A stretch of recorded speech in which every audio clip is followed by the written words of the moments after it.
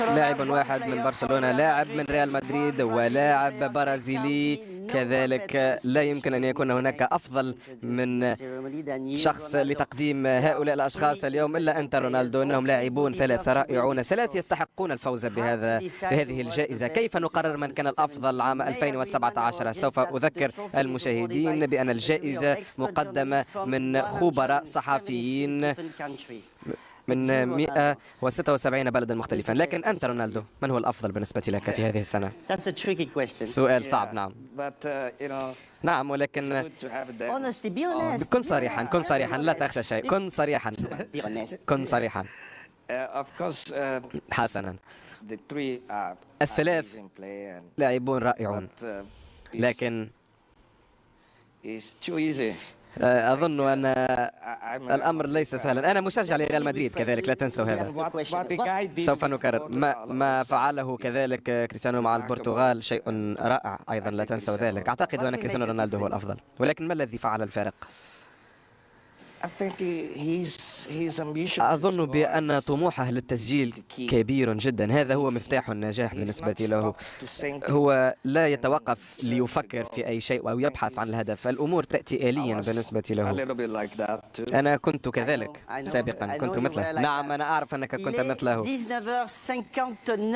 الآن الوقت قد حان، بعد دقيقة سيداتي سادتي سوف نعرف من فاز. هو موجود في الطابق الأول من برج إيفل، ليونيل ميسي، كريستيانو رونالدو أو نيمار سيفوز بهذه الجائزة. من هؤلاء الثلاث سيختار أفضل لاعب في العالم؟ سيداتي سادتي، الكرة الذهبية فرانس فوتبول 2017 يقدم إلى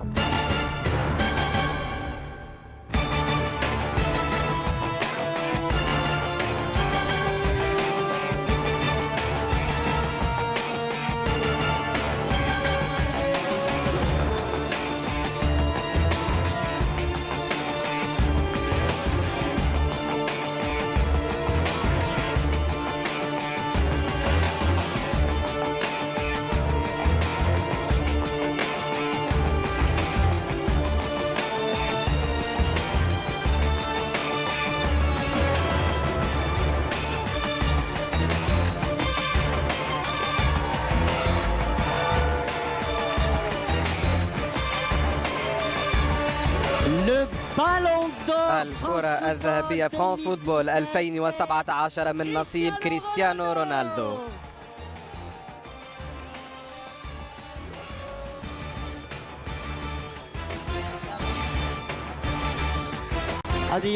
ما هو إحساسك؟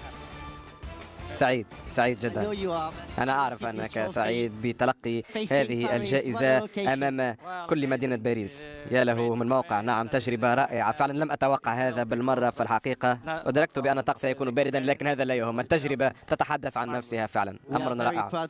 نحن فخورون جدا بتواجدك هنا وأنت تستحق ذلك. تعال معي، تفضل.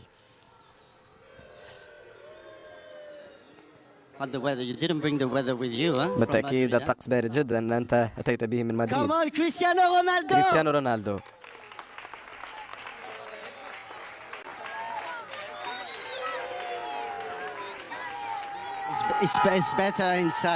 بالتأكيد الأمور أفضل في الداخل.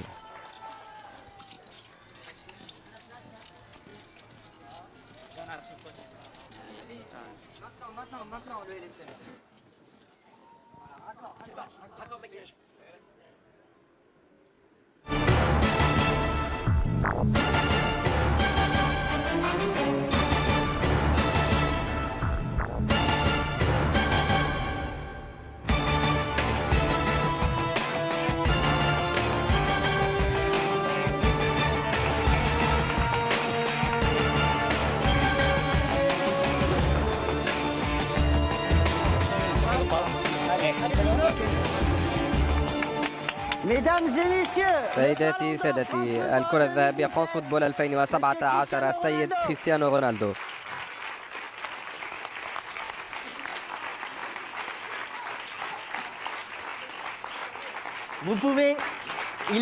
نعم، يستحق ذلك، يستحق التحية. نعم، بالون دور الكرة الذهبية 2017 كريستيانو.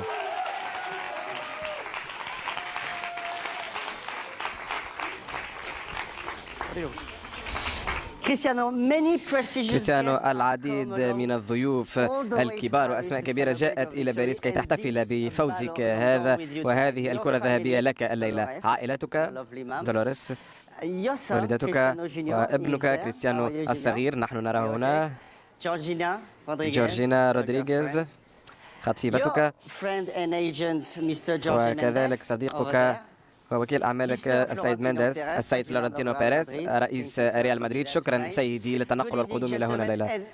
مساء الخير إذن للجميع وكل